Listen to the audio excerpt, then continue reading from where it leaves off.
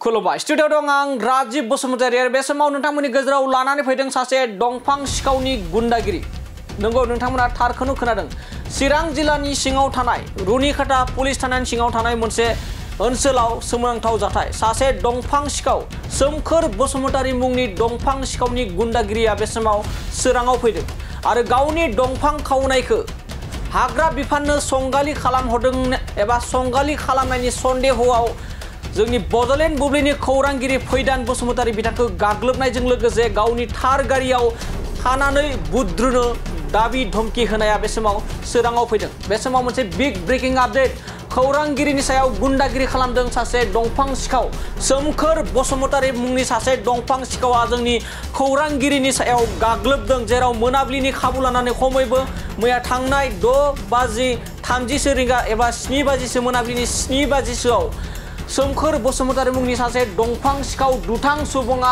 फैदान बसुमतारी चिरां जिल्लानि सासे गागि जोंनि खौरांगिरि फैदान बसुमतारीखौ गाज्रियै गाग्लोबदों दंफां सिखाव सोमखोर बसुमतारी फैदान बसुमतारी बिथाङानो फैदान बसुमतारी बिथाङा सासे गागि खौरांगिरि नाथाय बिथाङा बे दंफां खावनायनि बागै जेबो उदिस गैयामोन नाथाय सन्देह खालामनानै सोमखोर बसुमतारी दंफां सिखाव सोमखोर बसुमतारीया गावनि सन्देह खालामनानै गाव दंफां हमजाखांनायनि उनाव सानसे सिगांसो हाग्रा बिफानजों गोबां मानि सोमखोर बसुमतारीया दंफां हमजादोंमोन आरो बे हमजानायखौ लानानै जोंनि खौरांगिरि फैदान बसुमतारी मुंनि सासे जोंनि गागि खौरांगिरिखौ बडलेण्ड बुब्लिनि चिरां जिल्लानि गागि खौरांगिरि फैदान बसुमतारीखौ दंफां सिखाव खावनायखौ संगालि खालामहरदों एबा खौरां हरनानै हमजाहोदों होननानै फोरमायनायनि सन्देहआव गाग्लोबदों दंफां सिखाव सोमखोर बसुमतारी मुंनि सुबुङा आरो बेखौ लानानै दायो दुंहाव थासारि जेराव अल बडलेण्ड डिजिटेल जार्नालिस्ट एसोसिएशननिफ्राय गोख्रों दाबि दैखांदों आरो दाबिजों लोगोसे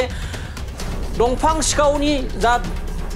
सिखाव सोमखोर बसुमतारीनि गुन्दागिरिनि सायाव थाबैनो पुलिस बिफाना राहा लानांगौ होननानै एफआइआर होनाय जादों लोगोसे चिरां जिल्लानि बड जार्नालिस्ट एसोसिएशननि जा बिबानगिरि बिथांमोना बे समाव गोख्रोङै साजा होनो थाखाय दाबि दैखांनायजों एफआइआर होनाय जाबाय लोगोसे रायजो सरकार लोगोसे आसाम सरकार आरो बिटिआर सरकार आरो बिटिआरनि हाग्रा बिफानखौ थाबैनो बे सोमखोर बसुमतारी दंफां सिखाव सोमखोर बसुमतारीनि सायाव थाबैनो एक्सन लानांगौ होननानै दाबि दैखांदों आरो बे समाव जोंनि बडलेण्ड डिजिटेल जार्नालिस्ट एसोसिएशननि आफादगिरि नेहाथारि बिथांमोनाबो खौरां मेलनि गेजेरजों गोख्रों दाबि खालामदों दि थाबैनो बे दंफां सिखावनि बे सोमखोर बसुमतारी दंफां सिखावनि गुन्दागिरिखौ थाबैनो एक्सन लानांगौ आरो थाबैनो पुलिस बिफाना खानांगौ होननानै दाबि दैखांदों जेराव नोंथांमोना बे रेड सार्कल नुदों बे रेड सार्कल नुनायानो जाबाय सोमखोर बसुमतारी गोलाव समनिफ्रायनो दंफां सिखाव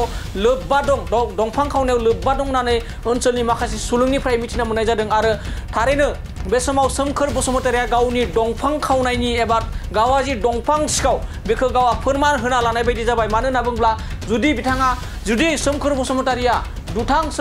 बसुमतारीया जुदि दंफां खावाब्ला अब्ला फैदान बसुमतारी मुंनि बे खौरांगिरिखौ माबोरैहाय दंफां खावनायखौ मानो फोरमायहरनांगौ एबा हाग्रा बिफाननो मानो सुलुं हरनांगौ होननानै दाबि धमकी होखो थारैनो बेयावनो जों मिथिना मोनोदि सोमखोर बसुमतारीया सासे दंफां सिखाव गाव दंफां खावनायखौ हाग्रा बिफाननो फोरमायना हरनायनि थाखाय फैदान बसुमतारीखौ मोनसे ओनसोलाव लिंहरनानै बुनाय आरो सौनाय थासारिया चिराङाव फैदों लोगोसे गावनि गारियाव खानानै बुद्रुनो थाखाय दाबि धमकी होनाया मोनसे सोमोनांथाव जाथाय जादों आरो बेखौ लानानै थाबैनो पुलिस बिफानखौ दाबि दैखांदों दि दंफां सिखाव सोमखोर बसुमतारीखौ थाबैनो एक्सन लानांगौ होननानै बे समाव दाबि दैखांदों गोबां खौरांगिरि एबा खौरां बिजोंजों नांथाबना थानाय दैदेनगिरि बिथांमोना थाबैनो एक्सन लानो थाखाय दाबि दैखांनायजों लोगोसे एफआइआरबो थिसननाय जाबाय होनना बे समाव मिथिना मोननाय जादों जुदि फैबाय थानाय समाव बे दंफां सिखाव सोमखोर बसुमतारीखौ थाबैनो एक्सन लाया अब्लानिया बडलेण्ड डिजिटेल जार्नालिस्ट एसोसिएशन थामहिनबा खौरांगिरि एबा खौरां बिजोंनि गोबां सोद्रोमाफ्रानो थुबुर जानानै बिनि सायाव आयेन बायदियै गणतान्त्रिक बायदियै सोमावसारनाय लागोन होननानै बे समाव बडलेण्ड डिजिटेल जार्नालिस्ट एसोसिएशननि गाहाय नेहाथारि राकेश रामसियारि बिथाङा दाबि दैखांदों दानिया फैदो बे दंफां सिखाव दंफां सिखाव सोमखोर बसुमतारिनि गुन्डागिरिनि सायाव माबायदि बाथ्रा बुंदों फैदान बसुमतारि आरो चिरां जिल्ला बड'लेण्ड डिजिटेल जार्नालिस्ट एसोसिएशन बिथांमोना खौरां मेलनि गेजेरजों माबायदि रायजो सरकार बिटिआर सरकार आरो बिटिआरनि गाहाय मावफुं सोद्रोमा प्रमोद बर'जों लोगोसे बिटिआर हाग्रा बिफाननि मावफुं सोद्रोमा रनजित बसुमतारि लोगोसे हाग्रा बिफाननि सायाव माबायदि दाबि दैखांदों आरो मा खावलायदों जों बिथांमोननि खौरां मेलनि गेजेरनिफ्राय जों आबुङै मिथिना लानि। खुलुमबाय। दिनै भारत उदांस्रि साननि बयनिसिमबो रायजो राजाफोरनो खुलुमनाय जासिहरग्रोबाय, गाहाम हामलायनाय जासिहरग्रोबाय। दिनैनि नैबे खौरांगिरि मेल लानायनि गुबै उद्देश्यआनो जादों मैया जिथुनाखि जों सासे लोगोजों आंजों जेब्लानाखि जोङो काजलगाव आरसिटियावहाय जेब्ला जोङो खौरां लाबाय थानाय सम, बे समावहाय सोमखोर बसुमतारि बिथां बियो फन खालामहरदों। फन खालामनानै बियो लिंहरदों, थिनालियाव बेलासियाव फै होननानै लिंहरदों। नाथाय औ जागोन फै, थांगोन आं होनना बुंहरदों आं जेबो जाथायखौ मिथिया मानो लिंहरदों। आरो बिनि उनावहाय आं जेब्लानाखि थिनालियाव सफैबाय, ओरैनो 5:30 समाव सफैबाय। बे सफैनाय समाव बियो आरो खेबसे फन खालामबावदों। बे फन खालामनाय समाव आं बुंदों आं थिनालियावनो दं, आं केराम गेलेबाय थादोंमोन मोनसे जायगायावहाय। बे केराम गेलेबाय थानाय समावनो बियो फन खालामहरदों, बहा दं होननाया। आं बुंहरदों आं थिनालियावनो दङ, केराम गेलेदों। बे समाव बियो बुंहरदों बाहेरायाव फै, आंखौ लिंहरदों। बे लिंहरनाय टाइमाव आं जेबो मिथियामोन मानो लिंहरदों। जिखुनु आंनिनो बिदा जाखायो, उसुं खाथिनिनो होनजायो सोमखोर बसुमतारि बिथाङा। आरो बिथाङा लिंहरनाय हिसाबै आं ओंखारबोदों बाहेरायाव। ओंखारबोनायनि उनाव बियो बुंदों जे नोङो दिनैहाय आंनि दंफां लांनाय 2 नाम्बार दंफां लांनाय गारि आरो बे 2 नाम्बार दंफां लांनाय गारिखौ नोङो मानो फरेस्टनो एरनां हरा, बे बाथ्राखौ आंखौ बुंदों। आं बुंदोंमोन आंथ' एरनां हराखै, आंनावथ' नाम्बारबो गैया बिसिनि, आंथ' एरनां हराखै। रुनिकाटा फरेस्ट रेन्जआवहाय एरनानै हरदों होननानै आंखौहाय बिसोर बुंबाय थादों, एलिगेसन लाबोबाय थादों, नंखाय मुं सुबाय थादों। आं बुंदोंमोन नङा, आं बिदि नङा आदा, आङो नोंसोरखौ माबोरै, आं उसुं गुदिनि न'नि मानसिखौ आं माबोरै एरनानै हरनो, नोंसिनि मावना जानायखौ आं माबोरै एरनानै हरनो, आं बे बाथ्राखौ बुंदोंमोन। नाथाय बिसोरो फोथायाखै। आरो एसे एनै थरख' बिथरख' जालायखांनायनि उनाव बियो आंखौ मोनसे जायगायाव गाव जिरायबाय थानाय जायगानिफ्राय सिखारनानै आंखौ बुदों, जोदों, फंथाम सौदोंमोन। सौनाया आं आखाइ जाथेदों, बे आखाइ जाथेनायनि थाखायसो खर'आव नाङासै, आखाइयाव नांदों, नैबेयाव नांदों, ओमफ्राय ओरै फेन्दायाव नांदों जोनाया, बे आरो बे समाव आं बुंबाय थादोंमोन सोर खिन्थाहरा, माबोरै मोनथिया आंखौ होननानैहाय। आं बे एभिडेन्सखौ आं बिबाय थादोंमोन, नाथाय बिसोर होनो हायाखै।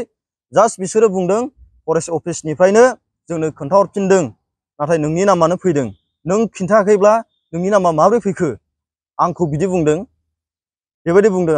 आरो बेजों लोगोसे आंखौ बुंबावदों बिसोरो गारि खिथु उनाव खानानैहाय लामा बा बोथिंनो बा बुद्रुनो आंखौ बेफोरबायदि बाथ्राबो बुंदों। आरो आं दुखु मोनदों, सासे न'नि मानसियानो होनजायो बा बिदाखा, उसुं गुदिनि न' खाथिनिनो, बेफोरबायदि मानसिया आंखौ इमान गाज्रि सन्देह लानानै बा मुं सुनानै बेफोरबायदि आंखौ हात होनाया अयनाय जादों। आं दुखु मोनदों, बिसिनि थाखायबो आं बुहुद दुखु फोरमायनाय जाबाय। आरो आं बेखौनो खावलायनो सानो सरखारनिसिम, जाय बिथाङा आंनि सायाव बेफोरबायदि आखाइ होदों, बिसिनि सायाव सरखारनिफ्रायबो गोख्रों राहा लानांगौ। आरो जाय बिथांमोना जोंनि बे चिरां जिल्ला ओनसोलाव बा गुबुन गुबुन ओनसोलाव जोंनि जायगायाव माखासे 2 नाम्बार दंफां फालांगि खालामग्रा, बे खालामग्राफोरखौ जाहाथे गोख्रों राहा लायो, आं बेखौनो खावलायो। बड'लेण्ड रायजोनि गासिबो रायजो राजा आरो बयनिसिमबो गिबियावनो खुलुमनाय जासिहरबाय।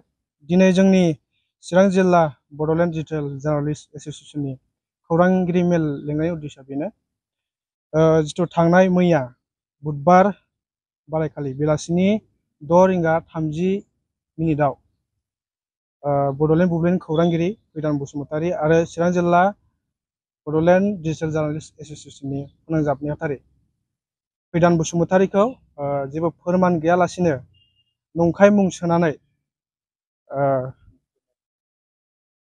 फरेस्ट डिपार्टमेन्टनो बाथ्रा फोरमायहरदों होननानै सोमखोर बसुमतारी मुंनि सासे दंफां फालांगि 2 नम्बर दंफां फालांगि खालामग्रा दुथां सुबुङा बिथांखौ देहायारि गाग्लोबदों बा फैदान बसुमतारीनि बिथांनि देहायाव आखाइ होदों। बे जोबोरैनो दुखुनांथाव। जों बेखौ सोंखारियो आरो दुखु मोननाय फोरमायो। जों सोंनोसो लुबैदों सोमखोर बसुमतारी बिथांनो सोर मोन्थाय होदों सासे खौरांगिरिखौ आखाइ होनो बा खौरांगिरिखौ बुनो थाखाय आरो खौरांगिरिखौ नंखाय मुं सोहोनो बिथांनो सोर अधिकार होदों बेखौ जों मिथिनो लुबैयो। बिथाङा बेखौ जोंनो फिननाय होनांगौ। आरो जों मिथिनो मोनदों जे बिथाङा गोबाव समनिफ्रायनो 2 नम्बर दंफां फालांगि खालामनायजों लोब्बा दङ होनना जोङो मिथिनो मोननाय जादों।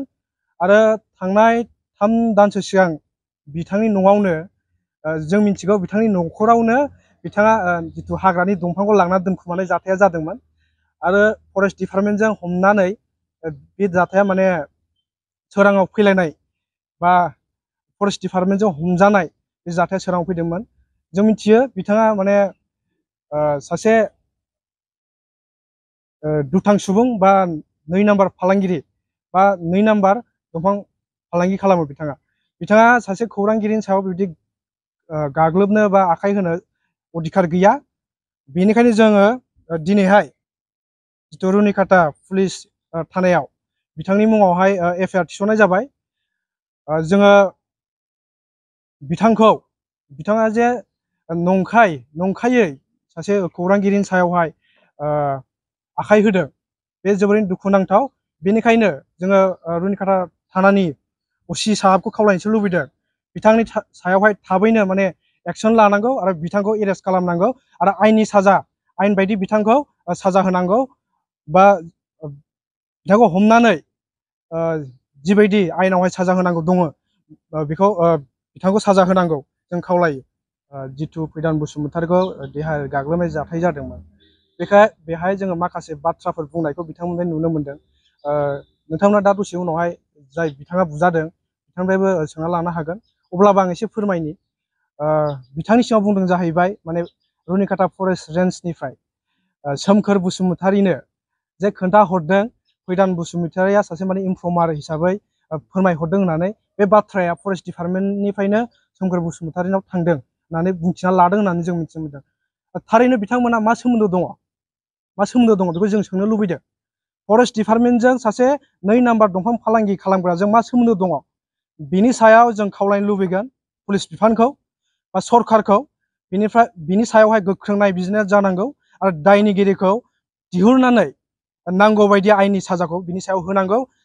फरेस्ट डिपार्टमेन्टआनो दायनिगिरिया जाथों बा सोरबा सासे दायनिगिरि जाथों बिनि सायाव नायबिजिरनानै नांगौ बायदि आयेननि साजाखौ होनो थाखाय जोङो चिरां जिल्ला बड'लेण्ड डिजिटेल जार्नालिस्ट एस'सिएशना गोख्रों दाबि दिखाङो। आरो बिथांखौ पुलिस बिफाना जुदि 24 घन्टानि आन्दाराव जुदि हमा बा एरेस्ट खालामा जोङो गोख्रोङै मोनसे बाथ्रा बुंथिनो गोसो जादों। बे समावहाय जुदि बिथांखौ आयेन बायदि हमनानै साजा होआब्ला जोङो फैबाय थानाय समावहाय बिनिफ्राय रासिन बा गोख्रोंसिन राहा लानांगौ गोनांथि जागोन चिरां जिल्ला बड'लेण्ड डिजिटेल जार्नालिस्ट एस'सिएशन हिसाबै। आरो मोनसे बाथ्राखौ जों खावलायखानो लुबैदों जितु जोंनि ओनसोलाव बेबायदि दंफां फालांगि खालामनाय 2 नम्बर दंफां फालांगि खालामनाय माने सम जों नुनो मोनबाय थानाय जादों आरो गोबां समावनो माने जोङो ससियेल मिडियानि जोहै बा फरेस्ट डिपार्टमेन्टनि हमनाय बेफोरबायदि जाथायफोरखौ जों नुबाय थादों। बेनिखायनो जों खावलायनोसो लुबैदों बिटिआर सरकारा बिनि सायावहाय मोनसे गोख्रों